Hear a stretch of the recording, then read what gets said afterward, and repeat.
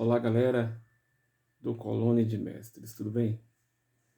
Estamos em casa, cumprindo quarentena.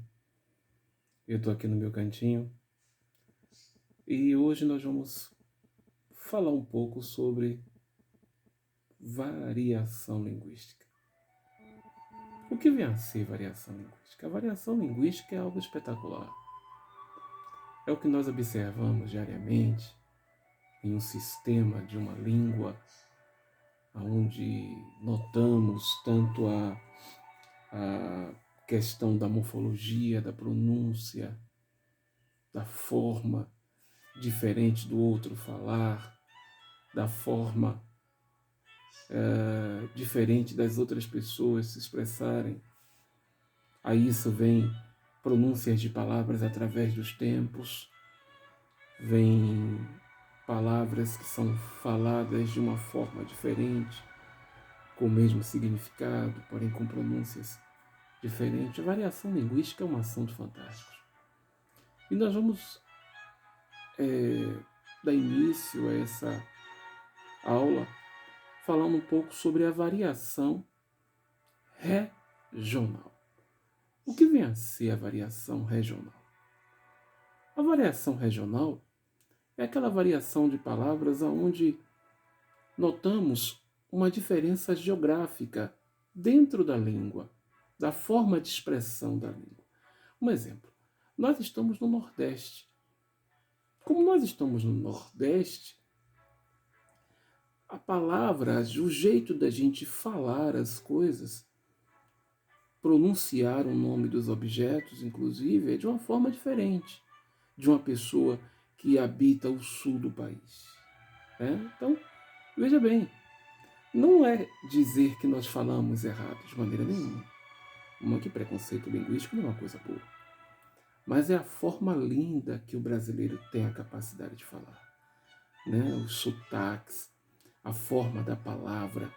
Um exemplo, aqui no Nordeste, nós costumamos chamar a aipim, aquela erva que a gente toma café, de aipim. No sul do país, algumas pessoas chamam de macaxeira.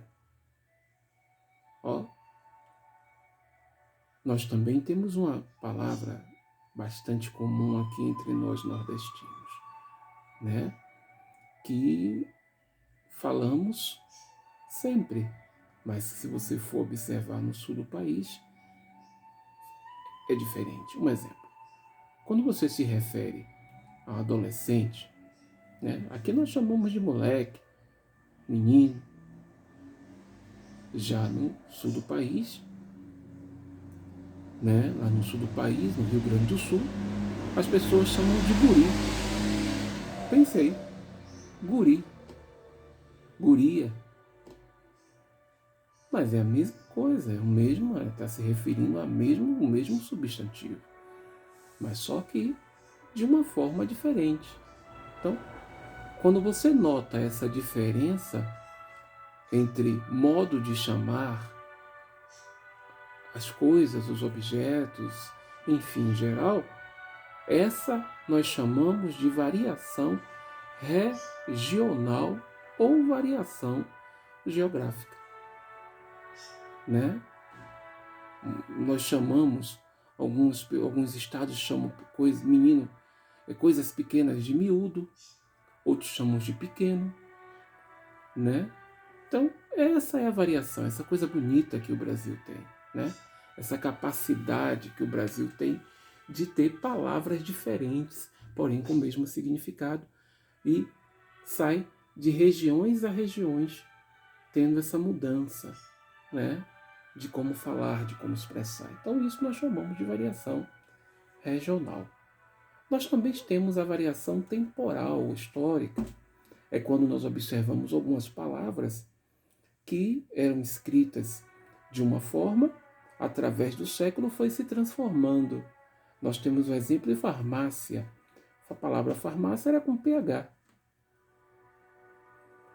No meado do século XVIII, as pessoas usavam farmácia com PH, mas aí houve a evolução da palavra, a questão da morfologia da palavra, e isso gerou que a farmácia passou a ser escrita com F. farmácia, né? Quando você vê esse fenômeno dentro da língua histórica, nós chamamos de variação histórica ou temporal, né? Vamos ficar com essas duas por enquanto e logo mais vamos retornar com outra variação, ok? Até lá, fica com a gente. Nós já estamos em 432 inscritos, precisamos chegar a 1000.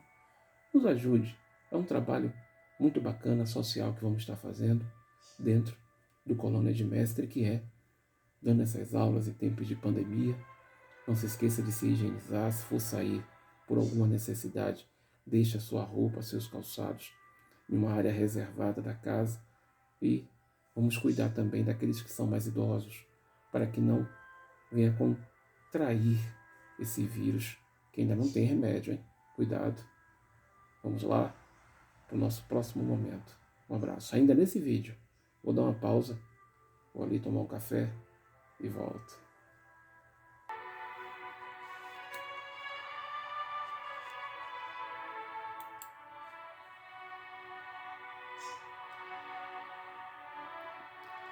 Olá, vocês de novo, é? Vamos continuar. Não sei se vocês gostam, mas eu sou muito fã do Senhor dos Anéis, né? As pessoas podem perguntar assim, professor, por que o senhor sempre faz seus vídeos ao som do Condado? Essa música tão bonita que retrata o filme, né? Tanto o Hobbit como o Senhor dos Anéis. Sou muito fã do Senhor dos Anéis. E eu gosto de usar os áudios deles para poder fazer meus vídeos, que eu sou fã. Quando a gente é fã, a gente gosta, não se discute. Né? Essa trama de Frodo, Bolseiro, né? Onde você vê a linguagem, como nós estamos falando de variação linguística, em variedades, enfim. Você vê que a linguagem do filme Senhor dos Anéis muito bonita, né? Os atores, os personagens têm uma dicção na palavra, né? Uma forma de se expressar coloquial, algo bem bacana, algo bem formal. Vou dizer nem tanto coloquial, mas uma linguagem clássica, né? Usando português puro, expressivo, né? Arcaico. Tudo de bom para a gente aprender, né? Nós temos que aprender tudo e reter o que é bom. É muito bacana você ter outras experiências, né? E vamos falar agora sobre a variação social. O que vem a ser a variação social? Enfim, a variação social ela possui níveis fonológicos. Ou seja, você vê facilmente isso entre pessoas. Quando você está na feira, quando você está num ambiente mais sério, vocês vão ver lá. Tem pessoas que, para falar a palavra bom, fala bom. Olha que coisa simples. Quando você vê, tem pessoas também que eles falam planta em vez de plantar, dependendo do nível social. Não fazendo uma discriminação com o feirante, não é isso. Mas o feirante ele não tem preocupação de ser correto na sua palavra, na sua expressão. É diferente de você ouvir um advogado. É diferente de você ouvir um professor. Diferente de você ouvir um pastor, né? Um homem da palavra. Então, às vezes, nós vemos pessoas que têm aquela dificuldade fonológica. Talvez ela ouve e diz que é perfeita a forma que ela está falando, quando fala bicicleta. Quando, na verdade, a palavra certa é bicicleta. Então, essa variação nós chamamos de variação social, né? Onde um grupo de pessoas, uma determinada população, falam dessa forma e outros falam e se expressam de uma outra maneira. Então, nós chamamos de variação social, beleza? Variação social. E aí, galera? Assim também, vamos falar agora sobre a variação situacional ou de fase, diafásica. Ou seja, também como a variação social, ela se parece um pouco porque ela surge de acordo com o contexto. O exemplo das gírias, ou seja, situações formais e informais. Exigência do diálogo, você vê as expressões formais e informais, para ser bem claro dentro do contexto. Um exemplo, as gírias são expressões populares. Você vê que pessoas, às vezes, em determinado grupo social, só conversam usando gírias, né? No meio de surfistas, no meio de pessoas comuns, quando você conversa com seus colegas, ou então quando você conversa até mesmo com seus pais. Você vê que vocês usam as gírias, observam gírias, né? Mas é em outra situação social, em outro grupo, em outra situação que exige mais formalidade. Aí você vai usar uma linguagem mais culta, uma linguagem mais padronizada, né? Então, isso nós chamamos de variação situacional, né? Você vê que nota uma certa noção de parecer com a variação social, né? A diferença é que classes envolvidas, ó, social envolve classes sociais, pessoas que fazem parte de certas classes. Então, não é algo variativo, certo? Eu nasci assim, eu vivi no meio de uma população de baixa renda, ou então de uma população de classe social alta, onde exigiu de mim que eu falasse de uma forma mais expressiva. Então, essa variação social. Então, assim, a variação situacional é aquela situação a qual você está vivendo naquele momento, que exige de você uma linguagem formal ou informal.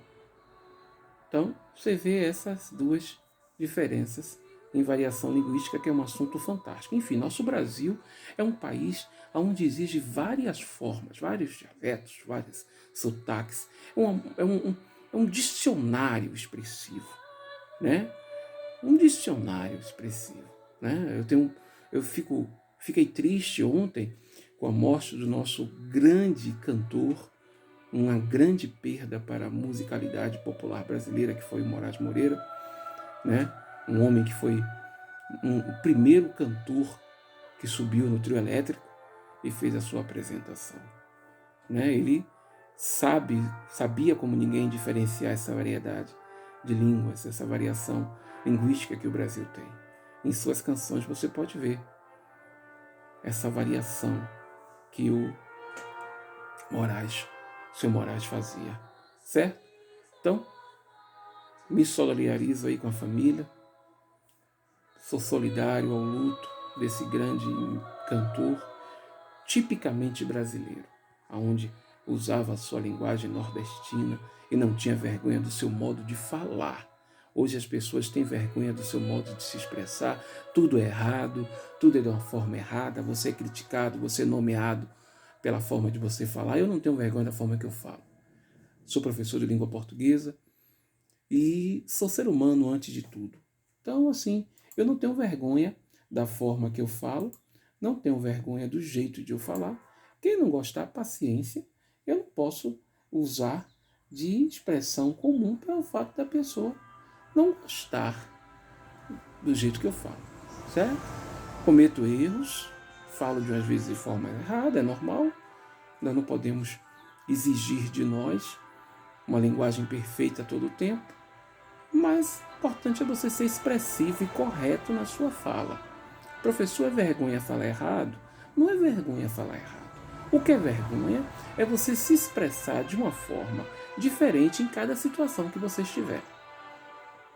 Não se esqueça que para você ser ouvido e ser respeitado, primeiro você tem que saber se expressar. Primeiro você tem que saber reclamar.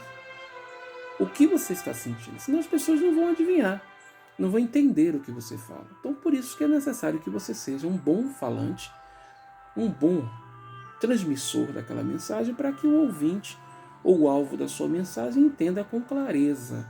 Aí é importante o perfeito falar, se expressar, ok? Espero que vocês tenham gostado dessa nossa aula. Não se esqueça, as variações linguísticas que estudamos né? Nós falamos desde as variações regionais, variações históricas, situacionais e sociais. Busque mais, aprenda, que vamos estar aqui fazendo outras enquetes, falando sobre outras formas, outros assuntos dentro do nosso conteúdo, ok? Um abraço, Deus abençoe a todos e até lá. Obrigado por estar prestigiando nosso canal. Indique para outras pessoas e você vai gostar dessa forma tranquila de aprender a qual eu adotei. Deus abençoe a todos. Até lá, queridos.